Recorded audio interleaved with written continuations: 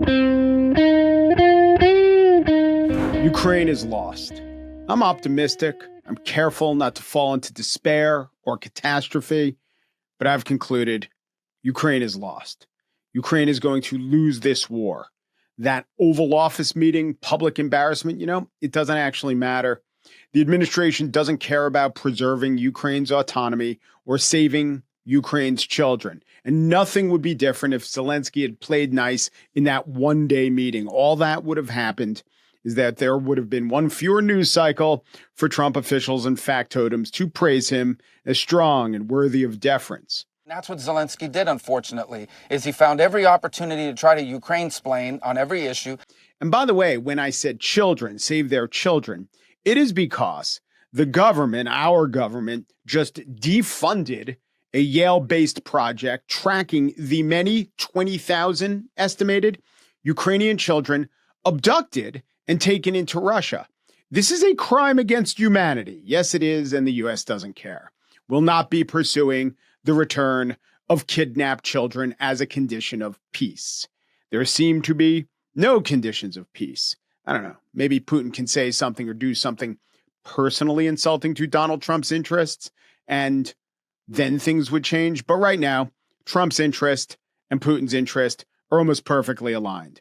Freeze fighting right now, freeze Russian gains, leave Ukraine vulnerable. The only reason Kyiv is not in the hands of Russian actors is one thing. It's that the U.S. is so enormously powerful. And before Trump was elected, we didn't want Russia to succeed militarily.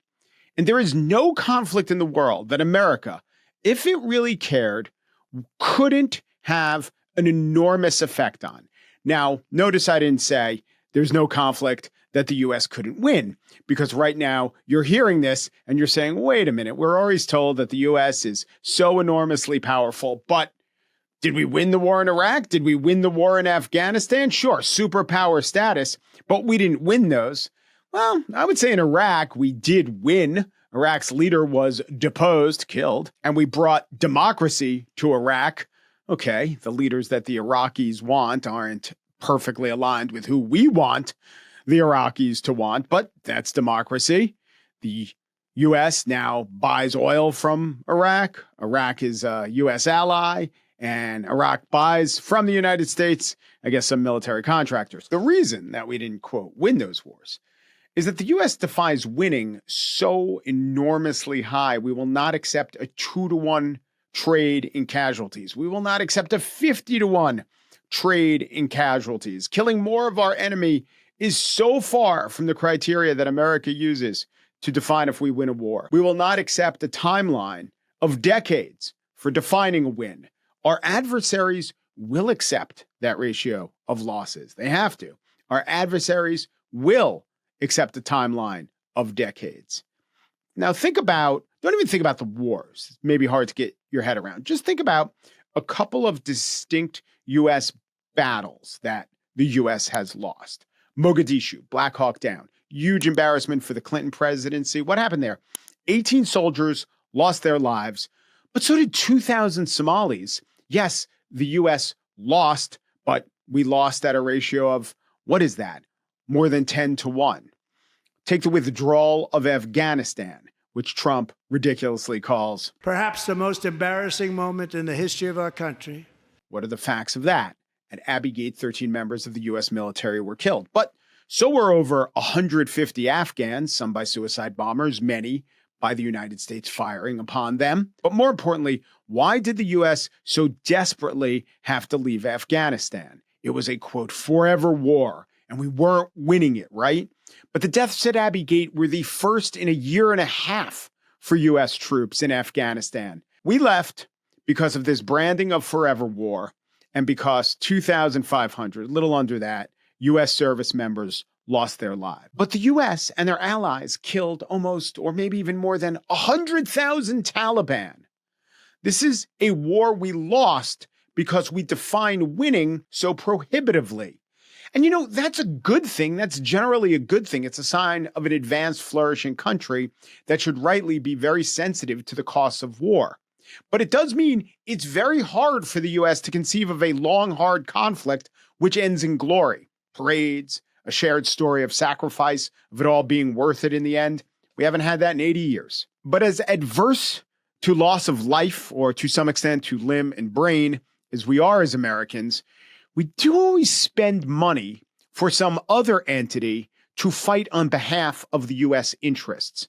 It has been, for the last 70 years, the story that if others are willing to lose their lives in a cause that we deem not even righteous, but in the interests of the United States, we will give those fighters the means to pursue their cause. And let me tell you, the means are massive. The means are impressive. And in these battles, the means are often overwhelming.